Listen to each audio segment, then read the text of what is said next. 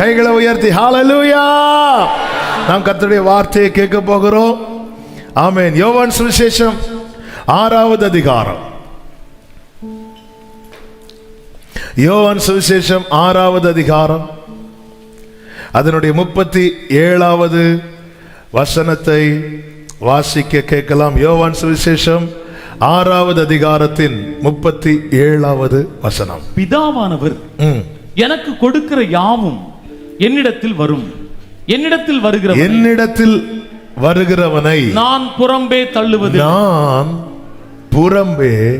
தள்ளுவது இல்லை. ஒரு வார்த்தை கரங்களை உயர்த்தி, நல்ல தகப்பனே, இரக்கமுள்ள பிதாவே, இவ்வளவு நேரம் பிரசனத்தில் இருக்கும்படி கர்த்தர் பாராட்டின கிருபைகளுக்காக நன்றி. இப்பொழுது உம்முடைய வார்த்தைக்காக காத்திருக்கிறோம். எங்க கூட பேசுங்க, நீர் மகிமைப்படுவீராக. இயேசு கிறிஸ்துவின் நாமத்தில் பிதாவே, ஆமென். ஹalleluya. ஒரு விஷயம் கூட இந்த வசனத்தை வாசியுங்கள். பிதாவானவர் எனக்கு கொடுக்கிற யாவும் என்னிடத்தில் வரும், என்னிடத்தில் வருகிறவனை நான் புறம்பே தள்ளுவது இல்லை. நம் ஆண்டவராகிய இயேசு கிறிஸ்துவின் வார்த்தை மெய்யாயிருக்கிறது. இயேசுவினிடத்தில் வருகிறவன். கடந்த நாளில் ஆவியானவர் இதை பேசும்படிதான். ஆமென். இயேசுவினிடத்துல நம்மால நெருங்க முடிகிறதா? யோவான் சொல்லுகிறார், 1 யோவான் 1:1, ஆதி முதல் இருந்ததும் நாங்கள் கேட்டதும் எங்கள் கண்களினால் கண்டதும் நாங்கள் நோக்கி பார்த்ததும் எங்கள் கைகளினாலே தொட்டதுமாய் இருக்கிற ஜீவ வார்த்தையை குறித்து உங்களுக்கு அறிவிக்கிறோம். கவனிச்சீங்களா? நோக்கி பார்த்தது. ஒருத்தன் நோக்கி பார்க்கிறானாலே கண்களை ஏறெடுத்து பார்க்கிறான் என்ற அர்த்தம். பக்கத்தில் இருக்கிற எதையுமே கண்களை ஏறெடுத்து பார்க்க வேண்டியதில்லை. ஆனா தூரத்தில் சொல்லும் போதுதான் ஒரு மனுஷன் நோக்கி பார்க்கிறான், கண்களை ஏறெடுத்து பார்க்கிறான், நோக்கி பார்க்க. இப்பொழுது அதே அவன் சொல்லுகிறார், நாங்கள் கைகளினாலே தொட்டதும். அப்போ ஒரு காலத்துல எங்கேயோ இருந்து பார்த்துட்டு இருந்தேன், இப்போ நான் அவர் பக்கத்திலே இருந்துட்டு என்னால் அவரை தொட முடிகிற அளவுக்கு அவருக்கு சமீபமாய் வந்திருக்கிறேன் என்றால் அவன் இயேசுவின் இடத்துல ஒருவன் சேருகிறான், நெருங்குகிறான். வேதம் முழுவதும் நீங்க பாத்தீங்கன்னா இயேசுவின் இடத்துல யார் யார் வந்தாங்களோ அவங்க யாருமே வெறுமையாய் திரும்ப கர்த்தர் விட்டதே இல்லை. ஹல்லேலூயா. மார்க்கு சுவிசேஷம் 8வது அதிகாரம், ஆமென், அதனுடைய 1வது வசனத்தை வாசியுங்கள். 2வது வசனத்தை வாசிங்க. ஜனங்களுக்காக பரிதபிக்கிறேன், இவர்கள் இப்பொழுது என்னிடத்தில் தங்கி இருந்த 3 நாளாய் சாப்பிட ஒன்றும் இல்லாது இருக்கிறார்கள். இவர்கள் என்னிடத்தில். அதற்காக கர்த்தர் என்ன செய்கிறார் தெரியுமா? பரிதபிக்கிறார். நமக்கு இந்த சம்பவம் தெரியும். அவர் உட்கார வைத்து பிளஸ் பண்ணுகிறார். இயேசுவினிடத்திலே கொண்டு வரப்பட்ட ஆமென் கழுதைக்கு அந்த கழுதை சரித்திரமாகவே மாறிவிட்டது. இயேசு கிறிஸ்து மரித்த நாளை நினைவு கூறுகிற குட் ஃப்ரைடே, அந்த குட் ஃப்ரைடேக்கு முந்தின சண்டே மனுஷன் என்ன சபை என்னெல்லாம் நினைவுபடுத்தும் தெரியுமா? இயேசுவின் பவனி, ஜனங்களுடைய பாட்டு. ஜனங்கள் என்ன சொல்லி பாடினாங்க? ஓசன்னா. அதுபோல குருத்தோலை, அதுக்கப்புறம் எருசலேம், அதுக்கு கூட இன்னொன்று உண்டு. என்ன தெரியுமா? கழுதை. ஆல்மோஸ்ட் 90% எல்லா சர்ச்சிலையும் என்ன சொல்லிடுவாங்கன்னா அன்னைக்கு அது கழுதையை சொல்லிடுவாங்க. இயேசுவினிடத்தில் கொண்டு வரப்பட்டது. இயேசுவினிடத்தில் கொண்டு வரப்பட்ட அப்பங்கள் ஆசீர்வதிக்கப்பட்டு அநேகருக்கு ஆசீர்வாதமாய் மாறினது. இயேசுவினிடத்தில் வந்த பெரும்பாடுள்ள ஸ்திரீக்கு அவருடைய வல்லமை தொட்டு குணமாக்கினது. இயேசுவினிடத்தில் வந்த குஷ்டரோகிக்கு சுகம் கிடைத்தது. இயேசுவினிடத்தில் நெருங்கினவர்களுடைய வாழ்க்கை அதற்கு முன்னாக இருந்தது போல அல்ல. அவர்களுடைய முந்தின சீரை பார்க்கலும் அவர்களுக்கு நற்சீர் உண்டாகும்படியாக தான் வாழ்க்கை அமைந்தது. ஆமீன் சொல்லுங்க பார்க்கலாம். சத்தமா ஆமீன் சொல்லுங்க. கர்த்தருக்கு மகிமை உண்டாவதாக. ஆனா நம்மளால நெருங்க முடிகிறதா? நம்மளால நெருங்க முடிகிறதா? நல்ல கவனமா கேட்கணும். எனக்கு எல்லாம் எடுத்து பேச டைம் இருக்குமான்னு தெரியல. நான் சொல்ல வேண்டிய சில சம்பவங்களை சொல்லி ஜெபிக்கிறேன். இயேசு கிட்ட நெருங்க முடியுதா?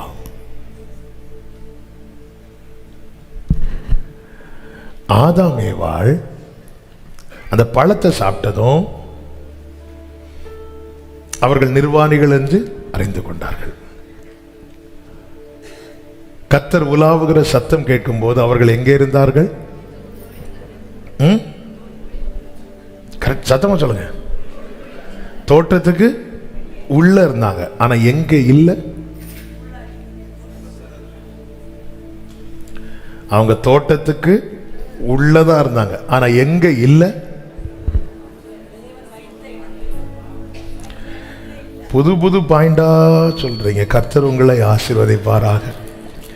ஆதியாகமம் 3வது அதிகாரம் 8வது வசனத்தை வாசியுங்கள். பகலின் குளிர்ச்சியான வேளையில் தோட்டத்தில் உலாவுகிற தேவனுடைய கர்த்தருடைய சத்தத்தை, தேவனாகிய கர்த்தருடைய சத்தத்தை அவர்கள் கேட்டார்கள். அப்பொழுது ஆதாமும் அவன் மனைவியும் தேவனாகிய கர்த்தருடைய சந்நிதிக்கு விலகி, தோட்டத்தை விட்டு விலகி இல்ல, சந்நிதியை விட்டு விலகி. சபையில இருக்கலாம், சமூகத்தில் இருக்கணும். சபையில எல்லாரும் இருக்கலாம், சபையில யாருனாலும் வந்து இருக்கலாம். நீங்க எங்க இருந்து வாரீங்க? நீங்க ரட்சிக்கப்பட்டவங்களா? நீங்க ஞானஸ்நானம் எடுத்தீங்களா? இன்னைக்கு காலையில் ஜெபம் பண்ணீங்களா? பைபிள் படிச்சீங்களா? இதெல்லாம் கேட்டுட்டா உள்ள விடுறோம் இல்ல. அவரே சொல்லிட்டார், வருத்தப்பட்டு பாரம் சுமக்கிறவர்களே வாங்க. ஆனா சமூகத்தில் எத்தனை பேர் இருக்கிறோம்? நம்ம தோட்டத்தில் இருக்கிறத பெருசா பார்க்கிறோம், அவர் சமூகத்தில் இருக்கிறத பெருசா பார்க்கிறார். ஆமே. நான் எனக்கு சர்ச்சை பண்ணேன். அவர் சந்நிதியிலிருந்து விலகி விருட்சங்களுக்குள்ளே, விருட்சங்கள் எங்க இருக்கிறது? தோட்டத்தில் தான் இருக்கு. தோட்டத்தில் விருட்சங்கள் இருக்கிறது மாதிரி இங்க ஃபுல்லா சேர் கிடக்கு. ஏதாவது ஒரு சேர்ல வந்து உக்காந்துடலாம். அவர் வந்து தேடிட்டு இருக்கிறார், ஆதாமே நீ எங்கே இருக்கிறாய்? என்னால நெருங்க முடிகிறதா ஆண்டவர் இடத்துல? என்னை அவர் தேடி வர அவர் இறங்கினார் என்று யோவான் 6:38 சொல்லப்பட்டிருக்கிறது. 6வது அதிகாரம் 38. ஆமென். நான் வானத்திலிருந்து இறங்கி வந்தேன். ஆமென் சொல்லுங்க பார்க்கலாம். ஆண்டவர் எப்படி வந்திருக்கு? எங்கிருந்து வந்திருக்கிறார்? ஆண்டவர் இந்த பூமியிலே வெளிப்பட, இன்னும் சொல்லணும்னா என்னை அவர் சேர சத்துருவானவன் எவ்வளவோ தடைகளை செய்து பார்த்தான். ஆனால் அவனால் தடுக்க முடியவில்லை. கிறிஸ்து வெளிப்படுவதை தடை செய்ய சத்துரு எல்லாம் முயற்சி செய்தான். முதல்ல என்ன செய்கிறான்? யோசேப்பு மரியாளை தள்ளிவிட மனதா இருந்தான். அது ஃபிளாப் ஆச்சு. அதுக்கப்புறம் சத்திரத்துல இடம் இல்லை. அந்த டெலிவரி டைம் வரும்போது தான் ஒரு புதிய சட்டம் வருது, எல்லாரும் குடிமதிப்பு எழுத வேண்டும் என்று. இவங்க கலிலேயாவிலிருந்து பெத்லகேமுக்கு வராங்க. ஏறக்குறைய 150 கிலோமீட்டர் டிராவல் பண்ணி வரணும். பெரிய வாகன வசதிகள் கிடையாது. நமக்கு தெரியும், இவர்கள் குழந்தை பிரதிஷ்டை செய்ய குழந்தையை சுமந்து கொண்டு ஆலயத்துக்கு போகும்போது புறா குஞ்சுகளை பலி செலுத்தும்படி கொண்டு போறாங்க. புறா குஞ்சுகளை யார் பலி செலுத்த கொண்டு போவாங்க தெரியுமா? ஆட்டுக்குட்டி, ஆட்டுக்கடா, இவைகளை பலி செலுத்த, அதாவது இவைகளை வாங்கி பலி செலுத்த நிர்வாகம் இல்லாம இருப்பாங்க தெரியுமா? வசதி இல்லாம இருப்பாங்க தெரியுமா? அவங்க தான் என்ன பண்ணும்? அவங்களுக்கு பிரமாணம் சொல்லுகிறது, அவங்களுக்கு என்ன பலி செலுத்தலாம் அப்படின்னா 2 புறா குஞ்சுகளையாவது பலி செலுத்தலாம். அப்போ யோசேப்பு மரியாளும் புறாக்களை பலி செலுத்த போறாங்கன்னா அவங்கள்ட்ட அந்த அளவுக்கு பணம் இல்லை. இவங்க ஊரை விட்டு, அப்போ ஆரம்பத்திலிருந்தே எந்த அளவுக்கு மென்டல் டார்ச்சர், சரீர பிரகாரமான நெருக்கம், எல்லா விதமான நெருக்கம். அது போக கிறிஸ்து பிறந்த செய்தியை சாஸ்திரிகள் அரண்மனையில் போய் சொல்றாங்க, இங்க பிறந்திருக்கிறார், இப்படி நாங்கள் நட்சத்திரத்தை கண்டோம் என்று. ஏரோது கொலை செய்ய வகை தேடி அந்த மிஸ் ஆயிரவே கூடாது என்பதற்காக அந்த பட்டணத்தில் இருக்கிற 2 வயதுக்கு உட்பட்ட அத்தனை பிள்ளைகளையும் கொலை செய்கிறான். அத்தனை பிள்ளைகளையும் காலத்தை கேட்டறிகிறான். இவர்கள் நட்சத்திரத்தை பார்த்து புறப்பட்டு வந்த காலம் ஏறக்குறைய 2. இவங்க பல நாடுகளிலிருந்து வருகிறார்கள். சில சாஸ்திரிகள் வருகிறார்கள், அநேகர் புறப்பட்டிருப்பார்கள், சிலர் வந்து அடைகிறார்கள். நீங்க எப்பத்திலிருந்து பார்த்தீங்க? அப்ப சொல்லும் காலம் ஏறக்குறைய 2. ஓகே, அப்ப 2 வயசுக்கு உட்பட்ட எல்லா குழந்தைகளையும் கொல்ல. ஹல்லேலூயா, ஹல்லேலூயா. இயேசுவின் நாமத்தில் சொன்னதுனால ஒரு செய்தியை சொல்லுகிறேன். உங்க மேல வாக்குத்தத்தம் இருக்குமானால், உங்க மேல தேவ திட்டம் இன்னும் நிறைவேற வேண்டி இருக்குமானால், உன் பக்கத்தில் 1000 உன் வலது புறத்தில் 10,000 விழுந்தால் அது உன்னை அணுகாது. ஆமென் சொல்லுங்க பார்க்கலாம். ஹல்லேலூயா. வலப்பக்கத்தில் நீழலவரே வழுவாமல் அவரே. ஆமென். வலப்பக்கத்தில் நிழல். ஆமென், ஆமென். நேரம் நமக்கு வேகமாய் போகிறது. இயேசு கிறிஸ்து இந்த பூமியில இறங்கி விசேஷமாய் என்னையும் உங்களையும் நெருங்க சேர பிசாசனவன் தடை செய்ய பார்த்தான். அவனால் தடுக்க முடியவில்லை. எனவே அவனுடைய போக்கஸ் இப்பொழுது மனுஷன் மேல திரும்புகிறது. அவர் இவனிடத்தில் வர அவரை தடுக்க முடியாது. ஆனால் இவனை அவரிடத்தில் சேர விடாதபடிக்கு என்ன செய்யலாம்? தடுக்கலாம். இதுதான் ஏதேனில் நடந்தது. கர்த்தருடைய சிருஷ்டிப்பை சாத்தானால தடுக்க முடியவில்லை. ஆனால் கர்த்தருடைய சிருஷ்டிக்கப்பட்டவன் மேல அவன் கண்ணு வச்சிட்டான்.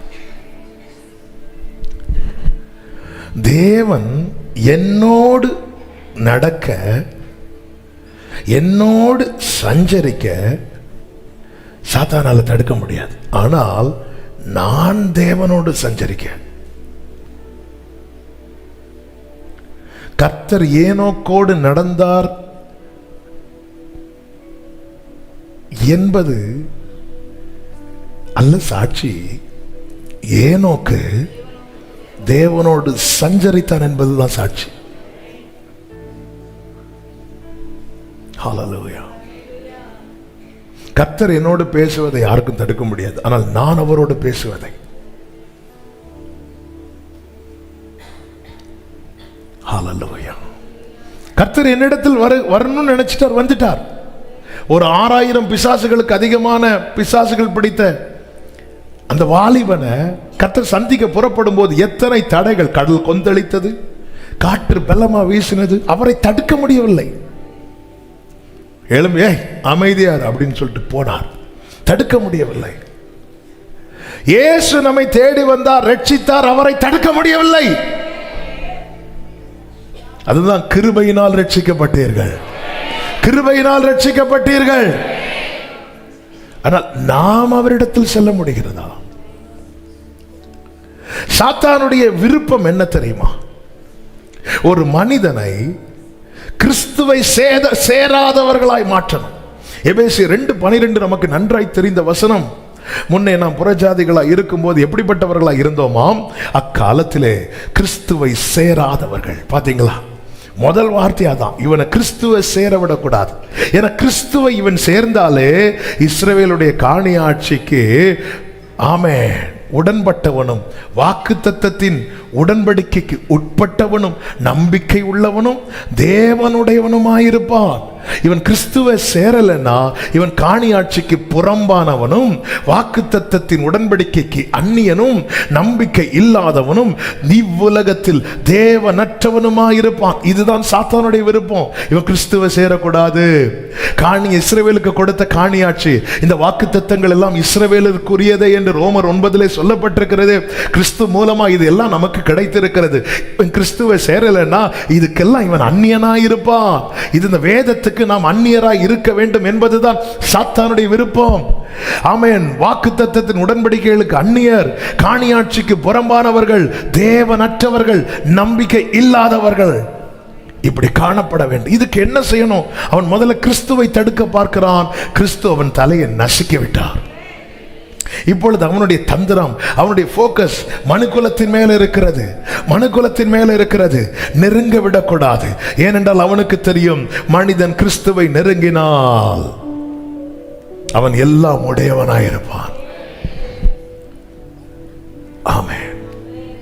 பிரியமான கர்த்தருடைய பிள்ளைகளை, நாம் கிறிஸ்தவர்கள் என்று சொல்லுகிறோம். கிறிஸ்துவோடு நெருங்க முடிகிறதா? கிறிஸ்துவோடு சேர முடிகிறதா? இன்னும் உம்மை அறியணுமே, இன்னும் உம்மை அறியணுமே, இன்னும் கிட்டி சேரணுமே. நெருங்க முடியுதா? நெருங்க முடியுதா? சில காரியங்கள் நம்மை நெருங்க விடாதபடி தடுக்கிறது. லூக்கா சுவிசேஷம் 9வது அதிகாரத்தில் 38 முதல் நீங்கள் படித்தீர்களே என்றால், அங்கு ஒரு தகப்பன் தன் மகன், வாலிபனாகிய தன் மகனை அழைத்துக் கொண்டு வருகிறார். இயேசுவை பார்க்கும்போது அந்த தகப்பன் இப்படி கத்துறார் பாருங்க. 38வது வசனம். அவர்களில் ஒருவன் சத்தமிட்டு, போதகரே, என் மகனை கடாட்சி தரல வேண்டும் என்று உம்மை வேண்டிக் மகனை கொள்கிறேன். கடாட்சி தரலும் சந்தியும், அவன் எனக்கு ஒரே பிள்ளையா இருக்கிறான் என்று கதறுகிறான். ஏனாம் ஒரு ஆவி அவனை பிடிக்கிறது. அப்பொழுது அலறுகிறான். அது அவனை நுரைத்தள்ள அலைக்கழித்து அவனை கசக்கின பின்பும் அவனை விட்டு நீங்குவது அரிதா இருக்கிறது. ஹல்லேலூயா. எப்படிப்பட்ட வேதனை! அதாவது பிசாசின் பிடியில ஒருவன் அகப்பட்டால் அவன் வாழ்க்கைய பிசாசனவன் கசக்கி போடுவான். அலை கழித்து கசக்கி, அதுக்கப்புறம் அதுக்கு திருப்தி ஆகல. இன்னும் வேதனைப்படுத்த என்ன செய்யலாம்? இன்னும் இதெல்லாம் பொல்லாத ஆவி. ஒருத்தங்க வேதனைப்படுகிறாங்கன்னு அறிந்தும் இந்த எரியிற தீல எண்ணெய் ஊற்றுறது போல நம்முடைய செயல்கள் இருக்குமானால் நாம் சொல்லுகிற நியாயங்கள் எல்லாம் பரலோகத்தில் எடுபடாது. ஆமென் சொல்லுங்க. கொஞ்சம் கஷ்டமா தான் இருக்கும். சத்தியத்தையும் அறிவீர்கள், சத்தியம் உங்களை. பைபிள் எப்படி நமக்கு டீச் பண்ணுகிறது என்றால், உன் சத்துரு பசியா இருந்தால் அவனுக்கு விஷத்தை கொடுனா ஆகாரத்தை கொடு. ஆமென். ஆகாரத்தை கொடு. இயேசு கிறிஸ்து தாகமா இருக்கிறேன் என்று சொன்னபோது அவருக்கு கசப்பு கலந்த, ஏன் அப்படி கொடுக்கிறாங்க? அவர் ஏமாறணும். அதானே. எப்படி அவர் எப்படி குடிக்காம இருந்தாரா? அவர் ருசி பார்த்து அது கசப்பானதுனால குடிக்க மனதில்லாத, ருசி பார்த்து டேஸ்ட் பண்றார். ஏன்னா அவ்வளவு தாகம் மத்தேயுவில் இருக்கிறது. அவர் ருசி பார்த்து அது கசப்பானதுனால. மத்தேயு 27 என்று நினைக்கிற, எடுத்தீங்களா அந்த வசனம்? எடுத்தா சொல். 27வது அதிகாரம் 34 வாசிங்க. கசப்பு கலந்த காடி அவருக்கு குடிக்க கொடுத்தார். அவர் அதை ருசி பார்த்து குடிக்க மனதில்லாத. ஏங்க, அவருக்கு தண்ணி கொடுக்க பிடிக்கலன்னா என்ன செய்யவே கூடாது? கொடுத்திருக்கவே கூடாது. இது கொடுத்து ஏமாத்துறது. நம்ம நிறைய வாக்கு கொடுத்து நிறைய வாக்கு கொடுக்கிறோம். அதை நம்பி இந்த தண்ணீரை தான் தோய்த்து கொடுக்கிறான்னு பார்த்து இயேசு ஆணு வாயை திறந்து நாக்க நீட்டி டேஸ்ட் பண்ணா அது கசப்பு.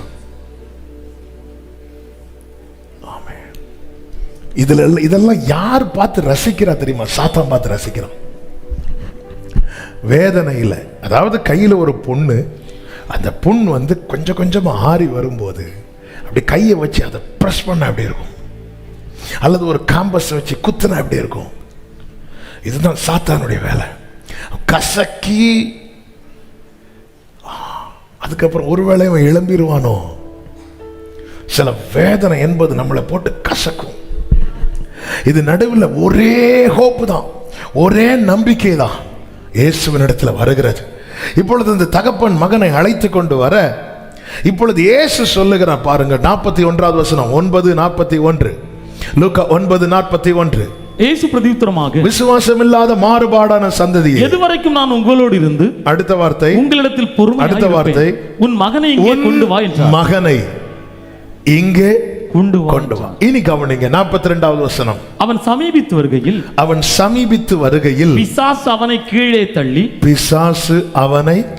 தள்ளி அலைக்கழித்தது. எப்பொழுதாம்? அவன் சமீபித்து வருகையில். நான் ஜெபம் பண்ணணும்னு நினைச்சு சமீபித்து போகும்போது நான் வேற எதுலையோ விழுறேன்னா எனக்கு என்ன அவசியம் தெரியுமா? விடுதலை அவசியமா இருக்கிறது. அவன் சமீபித்து வருகையில், அவன் யாருக்கு சமீபித்து வருகிறான்? இயேசுவுக்கு சமீபித்து வருகையில். ஜெபத்துக்கெல்லாம் ஆயத்தமாகி தான் பிரதர் இருக்கிறேன், எல்லாம் ஜெபிக்கலான் இருக்கும்போது எதுலையாவது விழுற. நம்ம விழ காரணம் பிசாசன் விழ தள்ளுகிறான். நீ அவர்கிட்ட மட்டும் போயிடாத.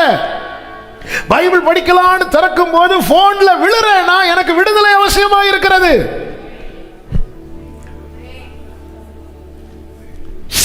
இவன் சேர்ந்துட்டானா வெளிப்படுகிறது கர்த்தருடைய மகத்துவம். அதனுடைய 43வது வசனத்திலே சொல்லப்பட்டிருக்கிறது, அப்பொழுது எல்லாரும் தேவனுடைய மகத்துவத்தை குறித்து பிரமித்தார்கள். அதுவரை அவனுடைய வாழ்க்கையை குறித்து பரிதாபப்பட்டவர்கள் எல்லாம் இப்பொழுது பிரமிக்கிறாங்க. தாவீது சொல்லுகிறார், நான் பிரமிக்கத்தக்க அதிசயமாய் தேவன் அப்படிதாங்க படைத்திருக்கிறார். நம்மை பரிதாபமா யாரையும் படைக்கவில்லை. தேவன் மனிதனை செம்மையானவனாகவே படைத்தார். ஆனா இன்னைக்கு நம்முடைய வாழ்க்கையை பார்த்து பிரமிக்கிறாங்களா, பரிதபிக்கிறாங்களா? ஹல்லேலூயா. இவளா, இவங்களா, இவங்களா அப்படி பிரமிக்கிறார்களா? ஆண்டவரே, நீர் என்னை பரிதாபமாய் படைக்கவில்லை, பிரமிக்கத்தக்க அதிசயமாய். Glory. Hallelujah. வலது கரத்தை உயர்த்தி சொல்லுங்க, கர்த்தர் என்னை, நம்புறவங்க சத்தமா சொல்லுங்க, கர்த்தர் என்னை பரிதாபமாய் படைக்கவில்லை, பிரமிக்கத்தக்க படைத்திருக்கிறார். பிறர் பார்த்து பிரமிக்கும்படியாக. ஜீசஸ். அப்போ இன்னைக்கு நிலைமை எப்படி இருக்கிறது? ஐயோ பாவம். இந்த நிலைமை மாற ஆண்டவர் சொல்லுகிறார், உன் மகனை இங்கே வா, இங்கே கொண்டு வா, என்னிடத்தில் கொண்டு வா. இயேசுவினிடத்தில் நெருங்குங்க. இயேசுவினிடத்தில் நெருங்கணும்னு நினைக்கும் போது எதிலையாவது விழுகிறோமா? அது நாம விழுந்ததல்ல. ஒருத்தன் என்ன செய்யறான்? தள்ளி விடுறான். ஜீசஸ். நிற்கிறேன் என்று எண்ணுகிறவன் எவனும் விழாதபடிக்கு எச்சரிக்கையா இருக்கணும். நெருங்கும் போது சில சொல்லுவாங்க, நான் கொஞ்சம் நெருங்கும் போதுதான் பிரச்சனையே. அதான் ஒரு பிரதர் சில வருடத்துக்கு முன்னாடி என் கூட இருந்து ஒருத்தர்கிட்ட பேசுறார். நான் எப்பெல்லாம் ஜெபிக்க ஆரம்பிக்கிறேனோ அப்பெல்லாம் எங்க வீட்டில் ஏதாவது ஒரு பிரச்சனை ஓடும். அதனால நான் ஜெபிக்கவே கூடாதுன்னு தள்ளுறான். தாவீது சொல்லுகிறார், நான் விழும்படி நீ என்னை தள்ளினாய், கர்த்தரோ எனக்கு, கர்த்தரோ எனக்கு, கர்த்தரோ எனக்கு. இன்னைக்கு அதுதான் கேட்க போறோம். இந்த தகப்பன் கத்துறான். பைபிள் சொல்லுகிறது 38வது வசனத்தில், அவர்களில் ஒருவன் சத்தமிட்டு கத்துறான், கதறுகிறான், கதறுகிறான், கண்ணீர் வடிக்கிறான். ஆமென். கத்துறா, கதறா, கண்ணீர் வடிக்கிறான். எதுக்கு தெரியுமா? ஒரு விடுதலை வேணும், ஒரு விடுதலை வேணும், ஒரு விடுதலை வேணும். விடுதலை நாயகன் வெற்றியை தருகிறார், எனக்குள்ளே இருக்கிறார். என்னே. தாவீது ஒரு ஜெபம் பண்ணுவார் தெரியுமா? நான் எப்பொழுதும் வந்து அடையத்தக்க கன்மலையாயிரும். என்ன ஜெபம் அது! நான் எப்பொழுதும் வந்தடையத்தக்க கன்மலையாயிரும். ஆமென். எத்தனை பேருக்கு எப்பனாலும் என்னால ஜெபிக்க முடியும்? சிலருக்கு அந்த பிரேயர் டைமை தாண்டிட்டா பிரேயர் ஓடாது. ஆமென். காலை 2 மணிக்கு ஆண்டவர் எழுப்பி விடுவார். ஆண்டவர், என் பிரேயர் டைம் 5 o'clock. நினைச்ச உடனே ஜெபம் பண்ண முடியலனால நமக்கு என்ன தேவை தெரியுமா? சொல்லுங்க, வாய் திறந்து சொல்லுங்க. விடுதலை தேவை. இதை நான் உணரணும், இதை நான் ஒத்துக்கணும். தாவீது ஒத்துக்கிட்டார். உம்முடைய நாமத்தை நான் துதிக்கும்படி என் ஆத்துமாவை காவலுக்கு. என்னால ஏன் முடியல? என்ன ஏதோ ஒண்ணு தள்ளுது. என்னால மொபைல் கூட டைம் ஸ்பெண்ட் பண்ண முடியுது, நியூஸ் பேப்பர் கூட டைம் ஸ்பெண்ட் பண்ண முடியுது, ஃபேமிலி கூட டைம் ஸ்பெண்ட் பண்ண முடியுது, நண்பர்களோட டைம் ஸ்பெண்ட் பண்ண முடியுது, எல்லாத்துக்கும் எனக்கு முடியுது. ஆனா எனக்கு ஒரு 10 நிமிஷம் ஜெபத்தில் இருக்க முடியலன்னா என்ன ஒண்ணு பிடிச்சு தள்ளிட்டு இருக்கு.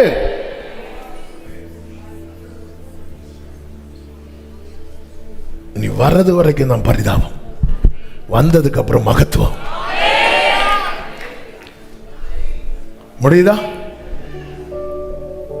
அவன் இந்த பக்தி உள்ளவர்கள் நீங்க பாத்தீங்கன்னா சீசன் டைம்ல கூட்டம் கூட்டமா போவாங்க.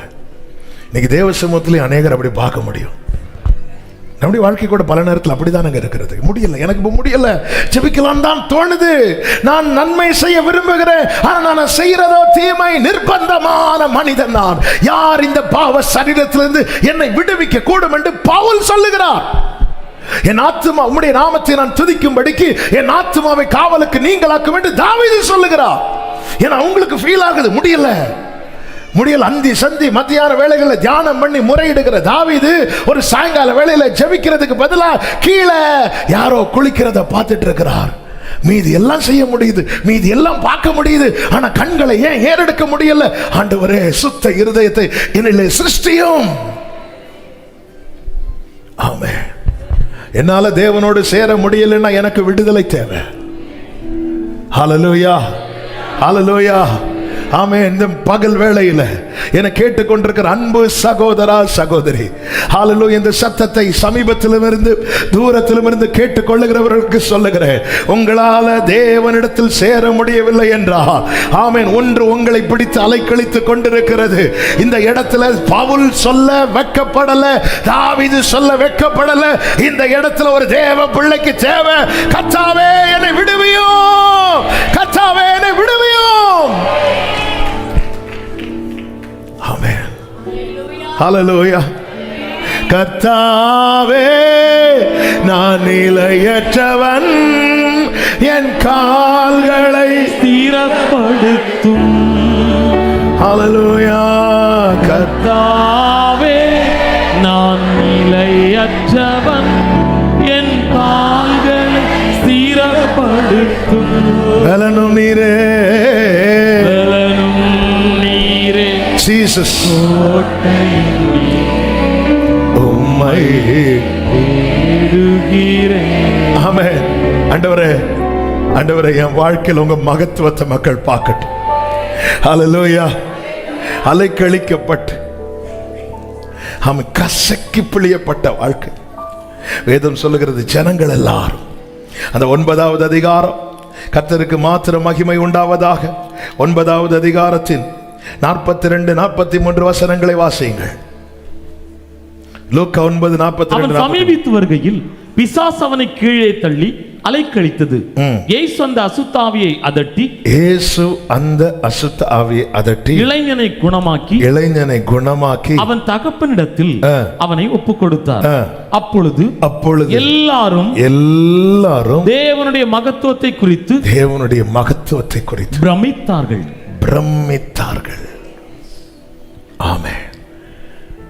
இயேசு கிட்ட வரதுவரை அவன் வாழ்க்கையை பார்த்து அப்பா அழுறா. சீஷர்கள் எல்லாம் சுத்தி நின்று பைபிள் சொல்லுகிறது, அவர்களாலே கூடாமற் போயிற்று. இன்னைக்கு என்ன பார்க்கிறவங்க பரிதாபமா பார்க்கிறாங்களா, பிரமிப்பா பார்க்கிறாங்களா? நம்மை பார்க்கிறவங்க எப்படி பார்க்கிறாங்க? நம்மளை பார்க்கிறவங்க எப்படி பார்க்கிறாங்க? ஆண்டவர் சொல்லுகிறார், என் இடத்துல கொண்டு வா. இந்த சத்தத்தை கேட்கிறவர்களுக்கு சொல்லுகிறேன், உங்களை கர்த்தர் பரிதாபமாய் படைக்கவில்லை, பிரமிப்பாய் தான் படைத்திருக்கிறார். அந்த பிரமிப்பு விளங்கணும்னா மகத்துவம் வெளிப்படணும்.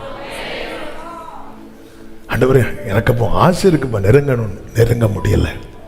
நெருங்காதபடிக்கு சத்துரு தள்ளுகிறான். சீஷர்கள் கேட்கிறாங்க, எங்களால் ஏன் இது கூடாமற் போயிட்டு? இயேசு சொல்லுகிறார், இவ்வகை பிசாசு ஜபத்தினாலும் உபவாசத்தினாலையுமே அன்றி ஆமென் அது போகாது. அப்ப இந்த இடத்துல தான் ஒரு தேவ பிள்ளை தேவ சமூகத்தில் தரித்திருக்கிற அனுபவம் தேவை. ஜபத்துக்கு என்று நம்ம டைமை ஒதுக்கணும். இருக்கிற டைம்ல செபிக்கிற அனுபவம் இருக்கிறது, டைமை எடுத்து செபிக்கிற அனுபவம் இருக்கிறது. சில காரியங்களுக்காக தேவ சமூகத்தில் டைம் ஸ்பெண்ட் பண்ண பழகணும். 10 பேர்கிட்ட செபிக்க சொல்றது தவறல்ல, ஆனால் நான் எனக்காக செபிக்கவில்லை என்றால், இயேசு கிறிஸ்து ஊழியத்தை தூங்குவதற்கு அவருக்கு ஜெபிக்க வேண்டிய அவசியம் வேண்டாமே. ஆனால் 40 நாட்கள் உபவாசத்தில் இருந்துதான் புறப்படுகிறார். நமக்கு தெரியும், அவர் 40 நாள் உபவாசம் இருந்து புறப்படும் போதே சத்துரு ஆரம்பத்திலே வெளிப்பட்டான். சில காரியங்கள் ஆரம்பத்தில் தெரியணும். ஆமென், ஹல்லேலூயா. ஆரம்பத்தில் வெளிப்பட்டான். கர்த்தர் அப்புறப்படுத்திட்டு போகிறார். ஜெபிக்கும் போது சில காரியங்கள் தேவையில்லாதவைகள் வெளிப்படுத்தப்படும். அப்படி வெளிப்படுத்தப்படுகிறவைகளை அப்புறப்படுத்துகிறது ஜெபிக்கிறவனுக்கு எளிது. ஆமென். கீழே சீஷர்கள் அவ்வளவு அதட்டி அவர்களால் கூடாமற் போகும்போது இயேசு ஒரே வார்த்தை சொல்லும் போது அது அவனை விட்டு போக காரணம் என்ன? அவர் மலையில் என்ன பண்ணி கொண்டிருந்தார்? ஜெபம் பண்ணி கொண்டிருந்தார். ஆண்டவரே, எனக்கு நெருங்க முடியலப்பா, நான் பைபிள் படிக்கணும்னு நினைக்கிறேன், இந்த ஆண்டுக்குள்ள ஒரு நாளைக்கு 5 அதிகாரம் படிக்கணும்னு நினைக்கிறேன், ஆனா 5 வசனம் கூட என்னால படிக்க முடியலன்னா எனக்கு என்ன தேவை சொல்லுங்க? சத்தமா சொல்லுங்க. விடுதலை தேவை. விடுதலை, ஒரு தேவ பிள்ளைக்கு இதுல விடுதலை தேவை. ஆண்டவர் சமூகத்தில் விழுவதை தவிர வேற வழியே கிடையாது. ஹல்லேலூயா. 1 மணி நேரம் கூட கெத்செமனே தோட்டத்தில் செபிக்க முடியாத பேதுருவால 10 நாட்கள் பரிசுத்த ஆவியை பெற்றுக்கொள்வதற்கு காத்திருந்து செபிக்க முடிந்தது என்றால் கர்த்தரால் அவனுக்கு கிடைத்தது விடுதலை. விடுதலை தேவை. என்னிடத்தில் வருகிறவனை புறம்பே தள்ளேன் என்று சொல்லுகிறார். ஆமென். நீ ஆண்டவர்ட்ட வா, கேட்கணும். ஃபாதர் அழகா ஒரு பாட்டு பாடி இருக்கிறாங்கல்ல, ஜெபிக்க வைக்கும் எங்கள் ஜெப வீரனே, துதிக்க தூண்டும் துணையாளரே, சாத்தானின் சகல தந்திரங்களை தகர்த்தெறிய வாருமையா. ஆமென். சாத்தானின் சகல தந்திரங்களை தகர்த்தெறிய வாருமையா. இதே சம்பவம் மார்க் 9 எழுதப்படும் போது கர்த்தர் கேட்கிறார். அதனுடைய 21வது வசனத்துல அவர் அவனுடைய தகப்பனை நோக்கி, இது இவனுக்கு உண்டாகி எவ்வளவு காலமாயிற்று? அதற்கு அவன் சொல்லுகிறான், சிறுவயது முதல் கொண்டே உண்டாயிருக்கிறது. ஆமென். ஆண்டவரே, இந்த பிரச்சனை ரொம்ப நாளா இருக்கு ஆண்டவரே, வேற எல்லாம் என்னால செய்ய முடியுது, ஆனா உங்ககிட்ட நெருங்கி வர என்னால ஒரு ஸ்டெப் எடுத்து வைக்க முடியுது இல்ல. ஒரு ஸ்டெப். ஆண்டவர்கிட்ட எந்த விஷயத்தை சொன்னாலுமே டீட்டெயிலா சொல்லணும். ஆண்டவர் அதை கேட்க விரும்புகிறார். ஏன் இதெல்லாம் கேட்டுதான் அவனுக்கு சுகத்தை கொடுக்கணும் ஆண்டவருக்கு? நாம் வேண்டிக் கொள்ளுகிற காரியம் வேண்டிக் கொள்வதற்கு முன்னமே கர்த்தர் என்ன செய்கிறார்? அறிந்திருக்கிறார். ஆனாலும் ஃபுல்லா கேட்கிறார். 12 வருட பெரும்பாடுள்ள ஸ்திரீ இயேசுவை தொட்டு குணமாகிட்டு அவ பாட்டுக்கு போற. கர்த்தர் நின்று கூப்பிட்டு விசாரிக்கிறார். 12 வருட கதை சாட்சியா ஓடுது. பார்த்த ஹாஸ்பிட்டலுக்கு போன ஹாஸ்பிட்டல் எல்லாம் சொல்றார், பார்த்த டாக்டர் எல்லாம் சொல்லுகிறார், எடுத்த மருத்துவத்தை எல்லாம் சொல்றா. இருந்த அவ்வளவு சொத்தம் எல்லாம் கர்த்தர் எல்லாம் கேட்டுட்டு, அப்படியா சரி ரைட், நீ சமாதானத்தோடு போ, உன் வேதனை நீங்கி சுகமா இரு. அப்ப அந்த சமாதானத்தை கர்த்தர் எப்பொழுது சொல்லுகிறார் பார்த்தீங்களா? அவ எல்லாம் சொன்னதுக்கு அப்புறம் அவன் ஏன் தெரியாது ஆண்டவருக்கு? எல்லாமே தெரியும். ஆனா ஏன் தெரிந்தும் இன்னும் நமக்கு சமாதானம் இல்லைன்னா நம்ம எதுவுமே சொல்ல மாட்டேங்கிறோம்.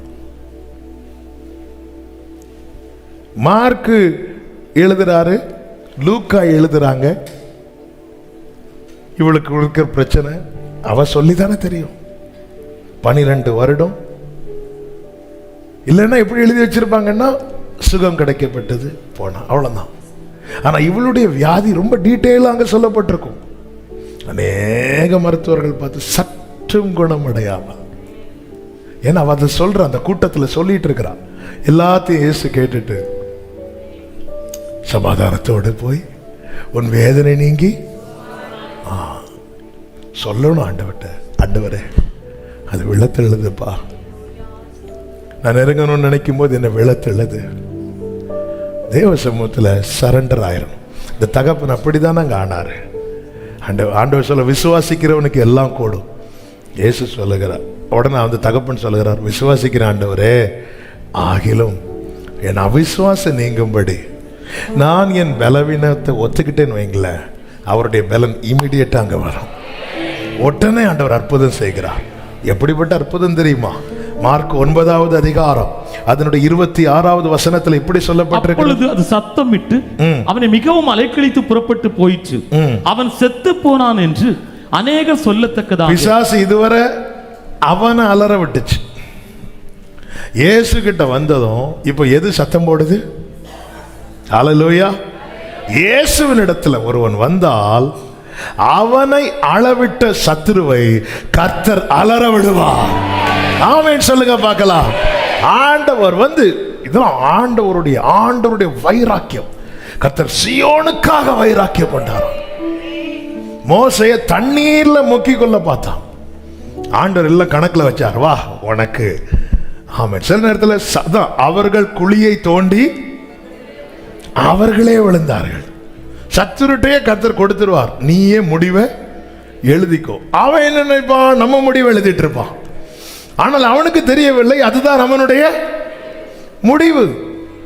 மோசே குழந்தைகளை, இஸ்ரவேல் குழந்தைகளை தண்ணீர்ல மூழ்கி சாகடிக்க நினைத்த சத்துருவின் சேனையை கர்த்தர் சிவந்த சமுத்திரத்திலே மூழ்கி சாகடித்தார். ஆமென், ஆமென். மோர்தேக்காய்க்கு ஒரு தூக்கு மரம். ஆமானுக்கு முடிவை கர்த்தர் எழுத. ஆமான்ட்டே கையில என்ன வேற இருக்கு? ஆமான்ட்ட ராஜாவுடைய முத்திரை மோதிரம் போடு. ஆண்டவரே, மரம் கெட்டுட்டு எல்லாம் வச்சு முடிச்சு பார்த்தா அதுல ஆளு தொங்கிட்டு இருக்கு. அல்லது உனக்கு விரோதமாய் உருவாக்கப்படும் எந்த ஆயுதமும் வாய்க்காதே போகும். உனக்கு விரோதமாய் நியாயத்தில் எழும்பும் எந்த நாவையும், ஆமென் சொல்லுங்க பார்க்கலாம், அதை அலற வச்சுட்டு தான் விடுவா. ஆமென், ஹல்லேலூயா. நெருங்க நெருங்க என் வாழ்க்கையில சில தடைகள் இருக்கும்போது தேவ சமூகத்தில் விழுந்து கிடப்பதை தவிர வேற வழியே கிடையாது. நான் எப்பொழுதும் வந்தடையத்தக்க, எனக்கு எப்பவுமே ஜெபிக்க முடியணும். ஆமென். ராத்திரினாலும் எனக்கு ஜெபிக்க முடியணும், காலையில் இருந்தாலும் ஜெபிக்க முடியணும். சில நேரத்தில் பாருங்க, சில டைம் நமக்கு ஜெபம் ரொம்ப வேகமா ஓடும், நிறுத்தவே நமக்கு முடியாது. மனசு இருக்காது, ஐயோ டைம் ஆகுது டைம் ஆகுது டைம் ஆகுது டைம் ஆகுதேன்னு சொல்லுகிற அனுபவம் உண்டு. ஆனா பல நேரத்தில் டைம் போகவே இல்லையே. சுத்தி சுத்தி உடனே நாமளே டிசைட் பண்ணிடுவோம், இன்னைக்கு ஒரு லீடிங் இல்லை. 2-3 வார்த்தைகள் அங்கிருந்து கடை வாங்கி வச்சுட்டு எனக்கு என்ன இல்லை, லீடிங் இல்லை, கீழே ஒரே ஃபீடிங், அவ்வளோ. அதுக்கு எல்லாமே உண்டு. ஆனால் ஜபிக்க மட்டும் உடனே போய் என்னப்பா இதுக்கு லீடிங் இருக்கா, என் வாழ்க்கையோடு இணைந்து எப்பொழுதுமே, மீண்டும் சொல்லுகிறேன், கர்த்தருக்கு தேவனோ ஏனோக்கோடு நடப்பது யாருக்கும் தடுக்க முடியாது. ஆனா ஏனோக்கு தேவனோடு சஞ்சரிக்கிறது, அதான் விஷயம். சாமுவேலே சாமுவேலேன்னு கர்த்தர் சாமுவேலை கூடு சாமுவேல்கிட்ட பேசணும்னு நினைச்சிட்டார், பேசிட்டார். ஆனா சாமுவேல் கர்த்தர்கிட்ட பேசணும், அதுதான் விஷயம். என்னை சந்திக்கிறது அவன், என்னை அவர் நெருங்கி வர்றார், யாருக்கும் தடுக்க முடியாது. ஏன்னா அவர் வரும்போதே வெளிச்சத்தோட தானே வருவார். சவுலை சந்தித்தாரே தமஸ்குவுக்கு போகிற வழியில. ஆனா சவுலுடன் நான் என்ன செய்ய சித்தமா இருக்கிறேன், போய் தமஸ்குவுக்கு போ. ஆமென். அங்க போய் சவுல் என்ன செய்தார் தெரியுமா? ஜெபம் பண்ணார். நெருங்க முடியுதா? நேற்று இருந்ததை விட இன்னைக்கு என்னால் ஒரு ஸ்டெப் எடுத்து வைக்க, ஃப்ரெண்டில் எடுத்து வைக்க முடிகிறதா? என் வாழ்க்கையை பார்த்து பரிதாபப்படுகிற கூட்டமா, பிரமிக்கிற கூட்டமா? கர்த்தர் நம்மை பரிதாபமாய் படைக்கவில்லை, பிரமிக்கத்தக்க அதிசயம். அது நடக்கணும்னா மகத்துவம் வெளிப்படணும். மகத்துவம் வெளிப்படணும்னா மகிமையானவர் பக்கத்துல நெருங்கணும். ஆமென். மத்தேயு 14வது அதிகாரம் ஒரு காரியத்தை கூட சொல்லி நான் செபிக்க விரும்புகிறேன். இங்கே கடல் கொந்தளிக்கிறது, படவு நடு கடலில் அலைவுபட்டு கொண்டிருக்கும் போது இயேசு அங்கே வருகிறார். திடன் கொள்ளுங்கள், நான் தான், பயப்படாதிருங்கள் என்று சொல்லுகிறார் 27வது வசனத்துல, மத்தேயு 14:27.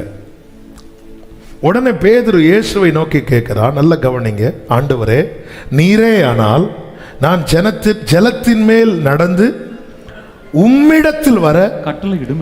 இப்ப பேதுரு கடல் மேல எதுக்காக நடக்கணும்னு கேட்கிறார்? சொல்லுங்க. இயேசு கிட்ட போகணும். ஆண்டவரே, நாளைக்கு சரித்திரம் என்னை குறித்து சொல்ல ஒண்ணும் இல்லை. ஆண்டவரே, எனக்கு கடல் மேல நடக்கணும். எதுக்குப்பா நடக்கணும்? அப்ப கேட்ட காரியத்துல ஒரு அர்த்தம் இருந்தது. நாம கடல் மேல, ஆண்டவர் என்னை கடல் மேல நடக்க வையும்னு நம்ம கேட்டா கர்த்தர் செய்ய வைப்பாரா மாட்டாரா? நீங்க இப்ப இந்த கடல் நடந்துட்டு வாங்க, செய்ய வைப்பாரா மாட்டாரா? தேவைன்னா மட்டும்தான். கேட்கறதுல ஒரு அர்த்தம் இருக்கணும். பல ஜெபத்துக்கு நமக்கு பதில் கிடைக்காதது காரணம் என்ன தெரியுமா? அதுல ஒரு மீனிங்கே கிடையாது. மலையை பார்த்து பெயர்ந்து போன்னு கர்த்தர் சொல்றார். உங்களுக்கு கடுகு விதையில விசுவாசம் இருந்தா மலையை பார்த்து பெயர்ந்து போன்னு சொன்னா, பின்னாடி நிறைய மலை இருக்கு, போய் சொல்லிட்டு வாங்க.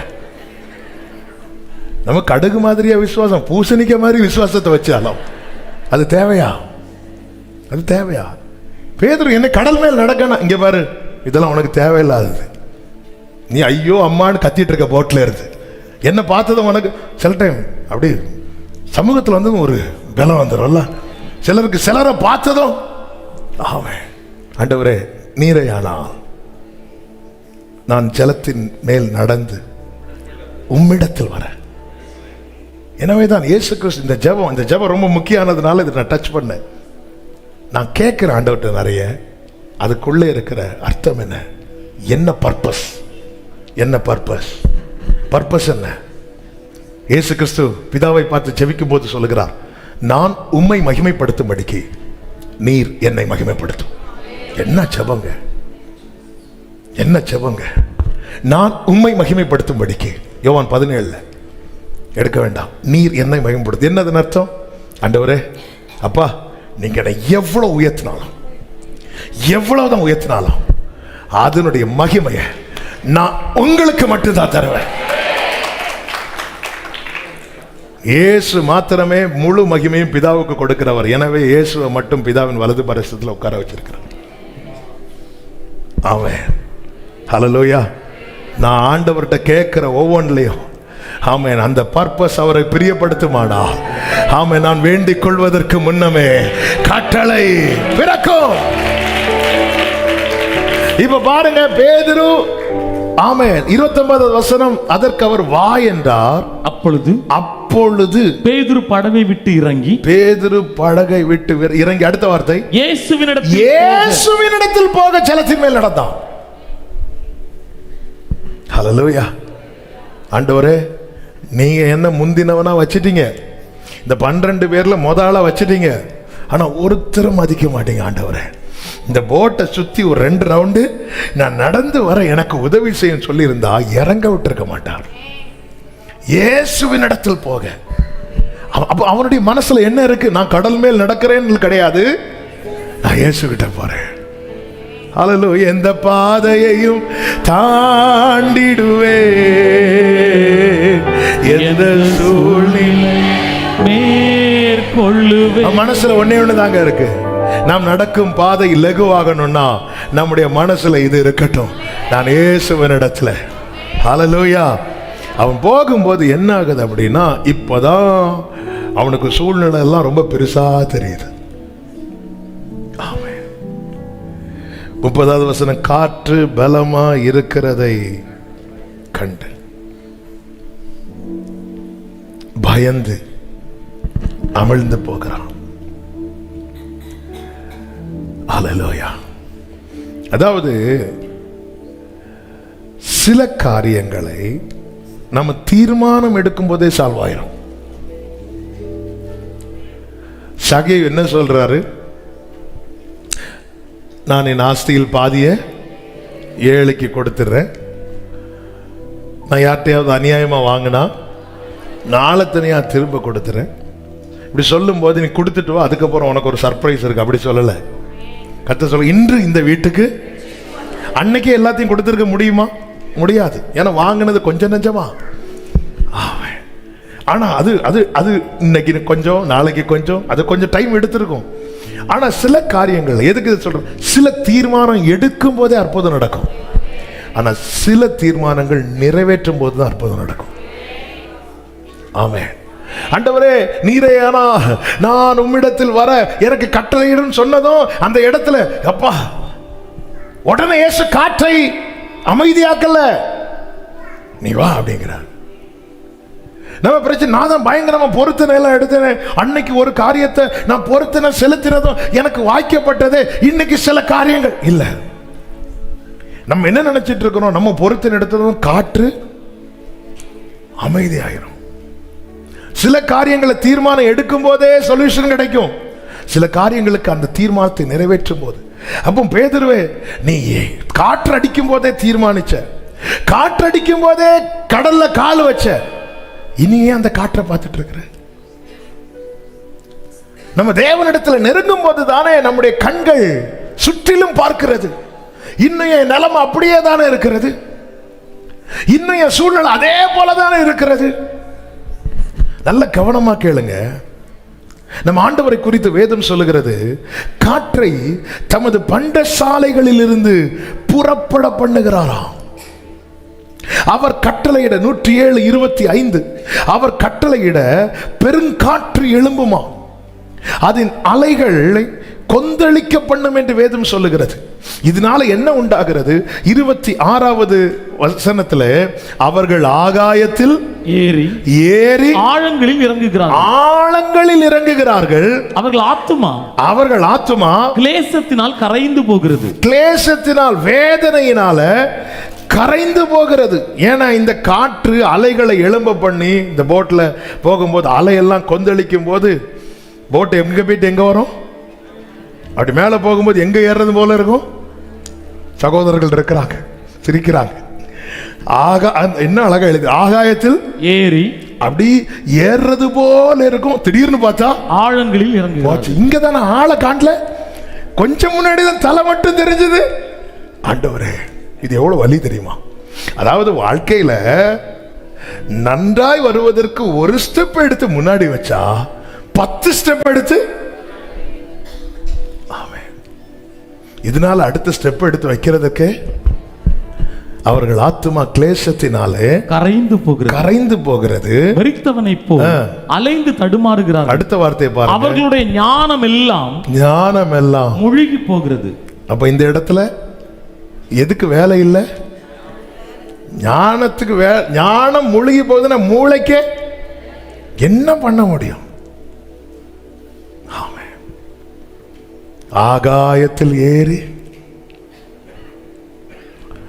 ஆக கொஞ்சம் அப்படி உயர்ந்து வரும்போது சாட்சி சொல்லலாம், இந்த சண்டே எப்படியாவது, இந்த ஃப்ரைடே எப்படியாவது ஒரு சாட்சி எழுதி கொடுத்துடலான்னு நினைக்கும் போது தேர்ஸ்டே அப்படியே இறங்கும். எழுதி வச்ச பேப்பரை செவ்வாய்க்கிழமை சாட்சி எழுதி வச்சது, வெள்ளிக்கிழமை வாசிக்கிறதுக்கு. ஏன்னா போட் எங்க இருக்கு? ஆகாயத்தில் இருக்கு. இந்த வெள்ளிக்கிழமை எப்படியாவது கொடுத்து வாசிக்க வச்சிடலான் இருக்கும்போது வியாழக்கிழமை என்ன ஆகுது? சில பார்க்குறாங்க, கரெக்டா சொல்றாங்களே, எத்தனை பேப்பர் என் வீட்டில் இருக்கு. அவர்களுடைய ஞானம் எல்லாம் மூழ்கி போயிற்று. 28வது வசனம். அப்பொழுது தங்கள் ஆபத்திலே அவர்கள் கர்த்தரை நோக்கி கூப்பிடுகிறார்கள். ஞானம் முழுகலைன்னா கூப்பிட தெரியாது. கூப்பிட வராது. ஞானம் எல்லாம் முழுகி போயிட்டு அடுத்து என்ன செய்யணும்னு தெரியல. கூப்பிடுறாங்க. கர்த்தர் என்ன செய்கிறார்? அவர்கள் இக்கட்டுகளுக்கு 29 கொந்தளிப்பை அமர்த்துகிறார், அதன் அலைகள் அடங்குகிறது. அப்போ காற்றை புறப்பட பண்ணுகிறது யாருதான்? கர்த்தர் தான். அலைகளை கொந்தளிக்க வைக்கிறது யாருதான்? அலைகளை அடங்க பண்ணுகிறது யாருதான்? நம்ம இதை பார்த்துதான் கர்த்தரிடத்துல சேராமல் இருக்கிறோம். இதை பார்த்துதான் சூழ்நிலைகள் நம்மை சேர விட மாட்டேங்குது. ஓர்பாள், ரூத் இருவரும் நகோமியோடு புறப்பட்டு வந்தார்கள் பெத்லகேமுக்கு போக. ஆனால் சூழ்நிலை என்பது ஓர்பாளை சேர விடல. அவள் முத்தமிட்டு திரும்பி போயிட்டாள். எதிர்காற்று வீச, எதிர்போரும் பேச, என்னோடு இருப்பவர் பெரியவர் நீரே, இயேசுவே யாத்திரையில் கரை சேர்க்கும் தேவன், என் ஜீவப்படகு நங்கூரம் நீரே. இப்படிப்பட்ட கொந்தளிப்புனால நம்ம ஆண்டவரை நோக்கி கூப்பிடாமல் இருக்கிறோம். அடுத்து என்ன செய்வதென்று தெரியவில்லை. இந்த 2023 எப்படிங்க இருந்துச்சு? ஆமென். ஜனவரி மாதம் ஆகாயத்தில் ஏறினது போல இருந்துச்சு. பிப்ரவரி மாதம் ஆழத்தில் இறங்கினது போல. என்ன சிஸ்டர், கொஞ்ச நாளா உங்களை சர்ச்சுக்கு காணோம். ஆமே, நாங்க ஆழத்துல. ஆமே, ஹல்லேலூயா. ஏறது போல இருக்கு. ஒரு ஸ்டெப் எடுத்து முன்னாடி வச்சா 10 ஸ்டெப் பின்னாடி.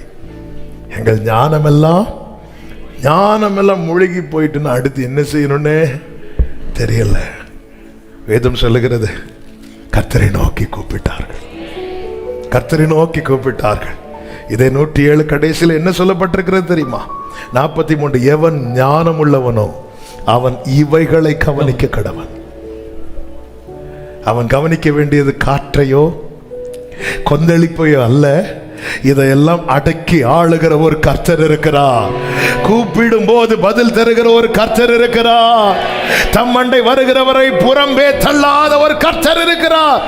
எவன் ஞானம் உள்ளவனோ அவன் எவைகளை கவனிக்கணுமா? அடுத்த வார்த்தை பாருங்க. ஞானவான்கள் கர்த்தருடைய கிருபைகளை உணர்ந்து கொள்வார்கள். ஆமென் சொல்லுங்க பார்க்கலாம். இந்த இடத்துல தான் கிருபையை கவனிக்கணும். கிருபையை கவனிக்கணும். எப்படி கர்த்தர் கிருபையை கவனிக்க வைக்கிறார் தெரியுமா? பேதுரு படகுல இருந்த போது அது அலைவுபட்டது.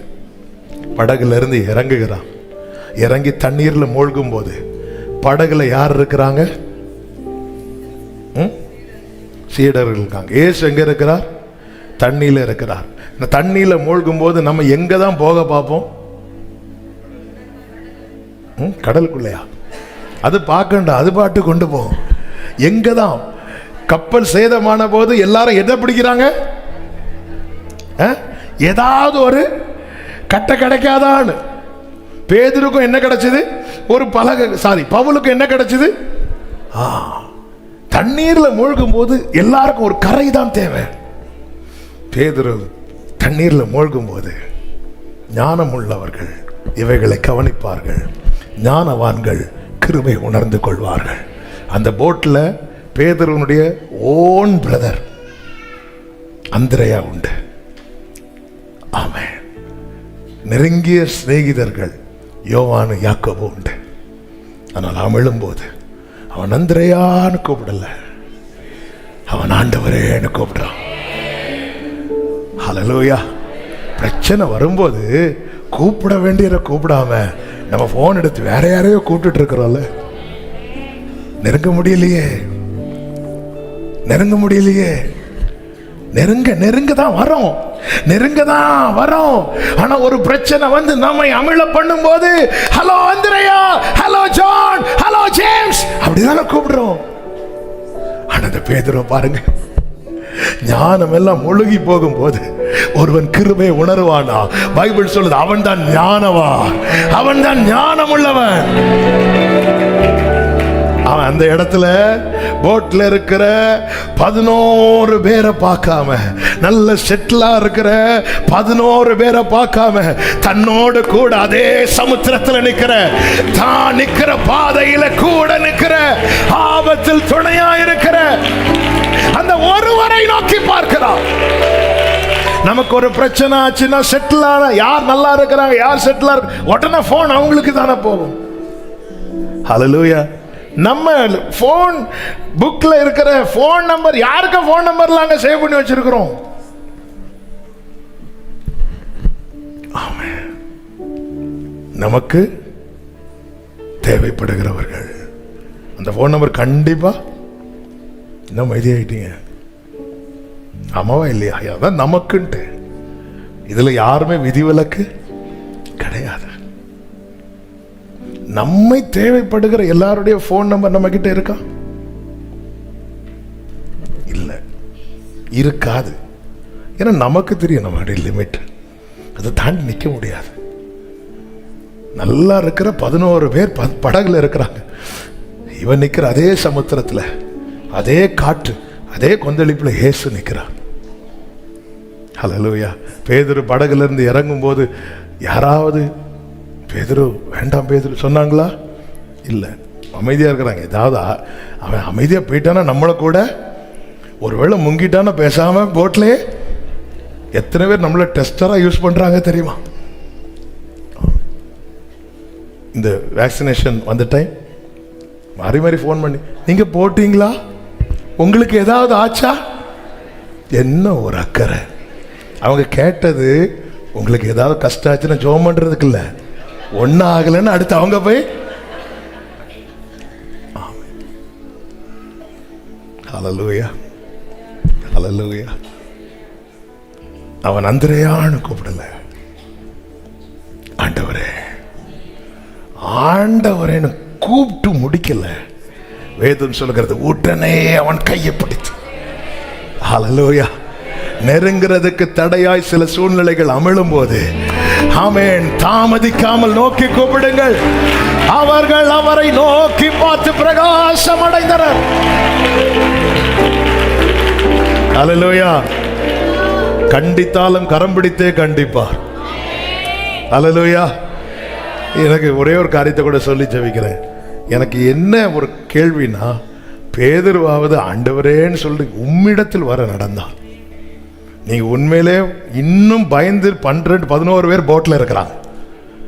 பேதுரு கையை பிடிச்சிட்டு பாரு என் புள்ள எப்படி வந்திருக்கிறான் பாரு அப்படி சொல்லி அவங்கள கண்டிக்காம உங்களை நம்பி இறங்கி பாதியில உள்ள இருக்கிற பேதுருவை கண்டிக்கிறீங்களே.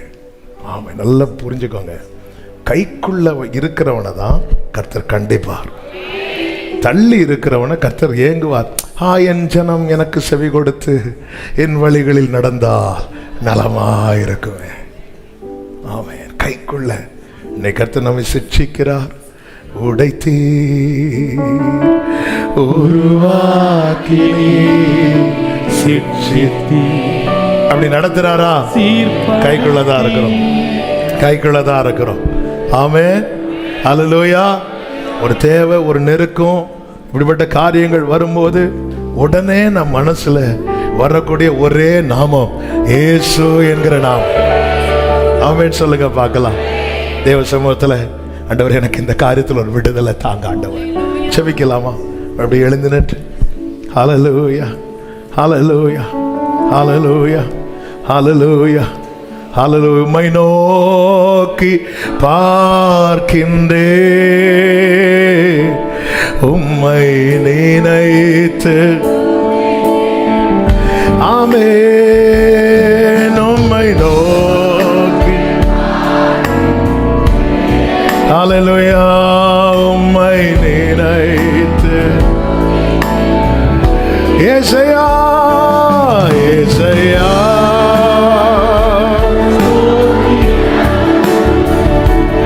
ஏசையா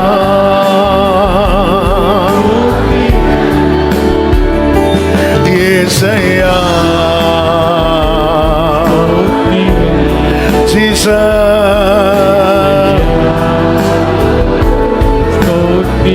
உலகம் வெறுக்கையில்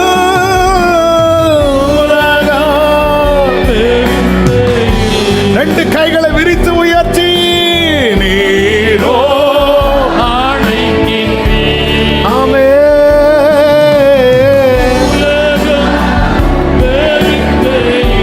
நீரோ அணைக்கிறீர்,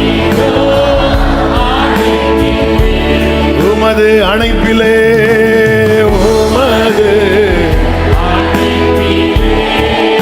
ஆமே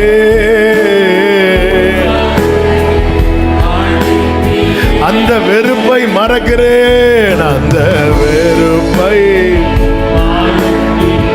அந்த வெறுப்பை மறக்கிறேன்.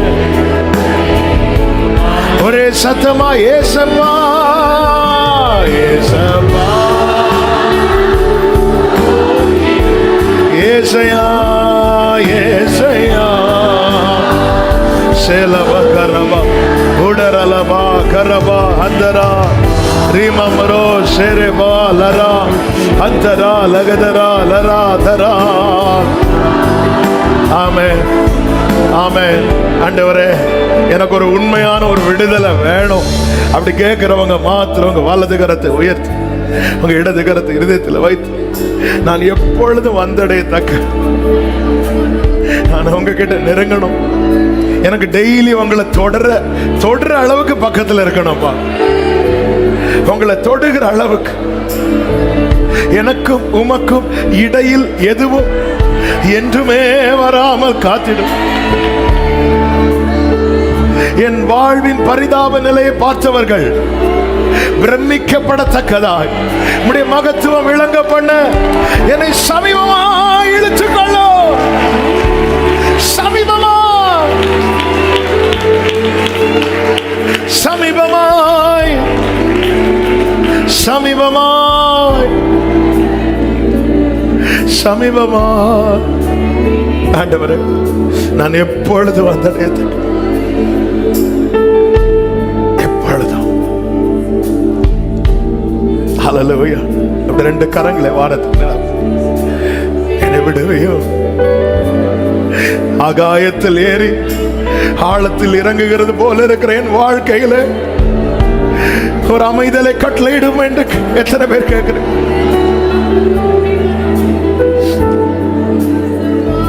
நீரெல்லாம் அறிகிற தேவன், நீரெல்லாம் அறிகிற தேவன். என்னை சார்ந்தவர்கள் சேஃபா படகுல இருந்தாலும் என் கூட சமுத்திரத்தில் நிக்கிறது நீங்க மாட்டோம். எனக்கு ஒண்ணுன்னா, நான் முதல் கூப்பிடுகிற நபர் நீங்களா மட்டும்தான் இருக்கணும், நீங்களா தான் இருக்கணும். எனக்கு ஒண்ணுன்னா, நான் முதல்ல கூப்பிடுறது உங்களையா இருக்கணும்.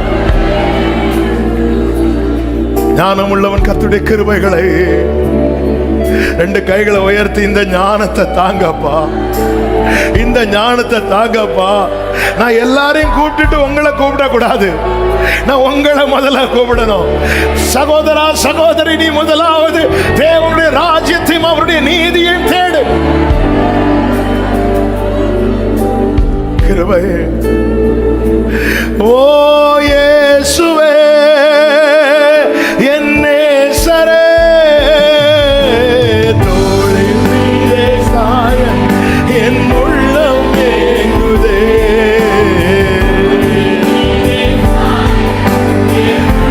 ரெண்டு கைகளை உயர்த்தி இயேசுவே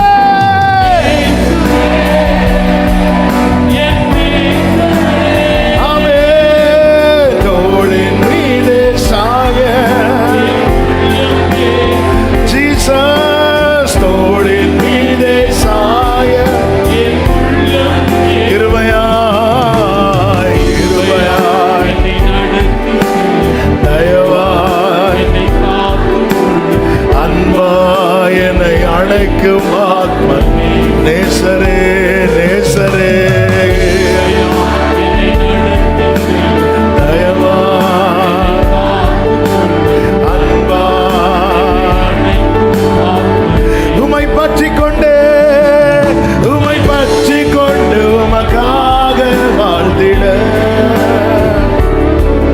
உம் பாதச்சுவடை தினமும் தொடர்ந்திட உமை பற்றி கொண்டே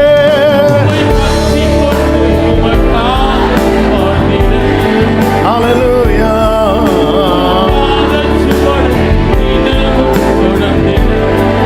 உமக்குள்ளே உமக்குள்ளே மறைந்திட உம் மேலே சேர விடுங்கப்பா சேர வைங்கப்பா ஆமென் இந்த உலகை வெறுத்து கோரே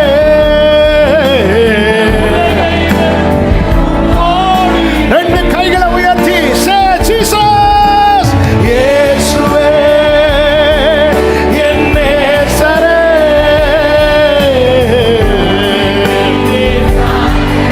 என் உள்ளம் ஏங்குதே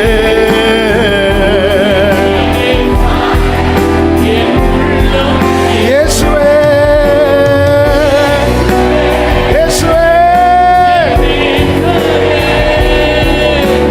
தோளின் மீதே சாய ஆமென்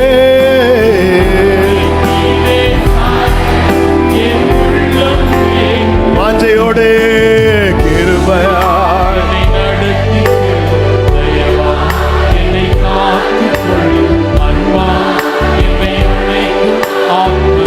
ஆத்மநேசரே தயவா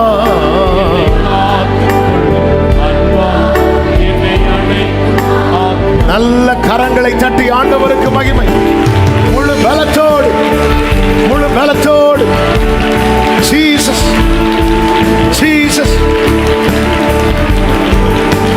ஆமென் தகப்பனே தைரியமாய் இந்த கிருபாசன தண்டை நெருங்கும் மார்க்கத்தை சிலுவையிலே எங்களுக்காய் உண்டு பண்ணினீ நெருங்க நினைக்கும் போது சத்துருவானவன் தள்ள பார்க்கிறான் சூழ்நிலை அமிழ வைக்க பார்க்கிறது இதனாலில் எங்களோடு இடைப்பட்டீர் நாங்கள் எப்பொழுது வந்தடையத்தக்க கண்மலையாயிரம் எப்போது நெருங்கி ஆண்டவரே நெருங்க வச்சிருக்கிறீங்கப்பா நெருங்கி வருகிறவனுடைய பரிதாப நிலையை பிரமிக்கத்தக்க நிலையாய் மாற்றுகிறேன் மகிமைப்படுகிற எங்கள் நல்ல ஆண்டவரே ஒவ்வொருடைய வாழ்க்கையில் இருக்கிற அந்த பரிதாப நிலையை மாற்றி உம்முடைய மகத்துவத்தை குறித்து ஜனங்கள் பிரமிக்கத்தக்கதாய் ஒரு தெய்வீக தொடுதலும் தெய்வீக ஆசீர்வாதமும் தெய்வீக அனுபவங்களும் இந்த பிள்ளைங்க வாழ்க்கையிலே உண்டாவதாக என்று சொல்லிக்கிறேன். மனதார வாழ்த்தி உடைய பீடத்தில் இருந்து உடைய பிள்ளைகளை ஆசீர்வதிக்கிறேன். எல்லாரையும் பிளஸ் பண்ணுங்க, சமாதானத்தோடு அனுப்பி சாட்சியாய் கொண்டு வாரும்.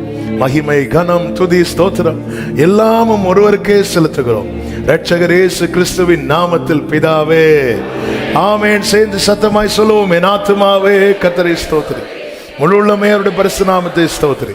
என் ஆத்துமாவே கர்த்தரை ஸ்தோத்திரி, கர்த்தர் செய்த சகல உபகாரங்களை மறவாதே. ஆமென். நம்முடைய கர்த்தராகிய இயேசு கிறிஸ்துவின் கிருபையும் பிதாவாகிய தேவனுடைய அன்பும் பரிசுத்த ஆவியானவருடைய ஐக்கியமும் சிநேகமும் பாதுகாவலும் நம் அனைவரோடும் எல்லா பரிசுத்தவான்களோடு கூட கர்த்தருடைய வருகை மட்டும் தங்கியிருப்பதாக. ஆமென்.